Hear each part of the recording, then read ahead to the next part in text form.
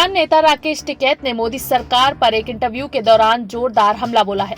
दरअसल किसान नेता राकेश टिकैत ने इंटरव्यू में प्रधानमंत्री नरेंद्र मोदी से सवाल पूछा कि क्या अयोध्या के लिए आंदोलन करने वाले लाल कृष्ण आडवाणी आंदोलन जीवित है।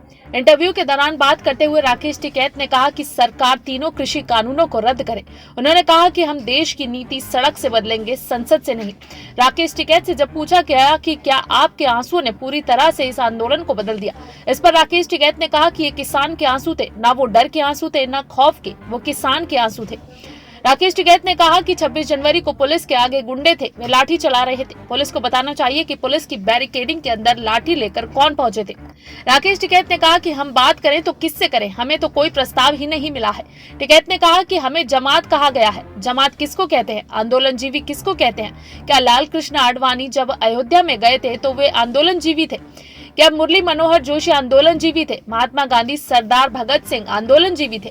किसान नेता राकेश टिकैत ने कहा कि जिन्होंने हिंसा की उन पर कोई कार्रवाई की जानी चाहिए।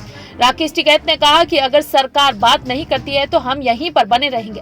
हालांकि उन्होंने कहा कि बातचीत के लिए पीएम को आने की जरूरत नहीं है, वो जिसको भेजेंगे हम उनके साथ बात करने को तैयार हैं। राकेश टिकैत ने कहा कि उनकी जो कमेटी है हम उनसे बात करते हैं, जब हमारे बीच समझौता हो जाए तो पीएम को आना चाहिए। राकेश टिकैत ने कहा कि वो सरकार के साथ बातचीत करने को तैयार है, सरकार बातचीत का बुलावा भेजे।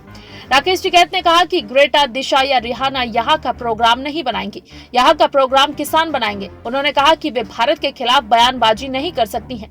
जब टिकैत से पूछा गया कि ग्रेटा कौन है तो उन्होंने कहा कि वो तो पेड़ लगाने का काम करती है।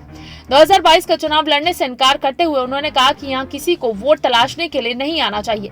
उन्होंने कहा कि चुनाव की बीमारी से बिल्कुल दूर रहना चाहिए। उन्होंने ये भी कहा कि वो कभी चुनाव नहीं लड़ेंगे।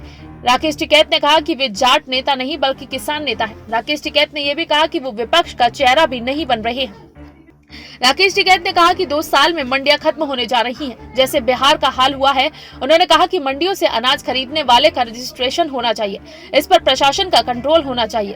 राकेश टिकैत ने कहा कि एमएसपी पर कानून बना दो, कृषि पर नया कानून बना दे। राकेश टिकैत ने कहा कि सरकार 18 महीने तक कानून रोकने के लिए तैयार है, लेकिन उसके बाद ये कानून फिर आएगा। सरकार पुराने कानून को रद्द कर नए कानून बना दे। Bureau report SPN 9 news.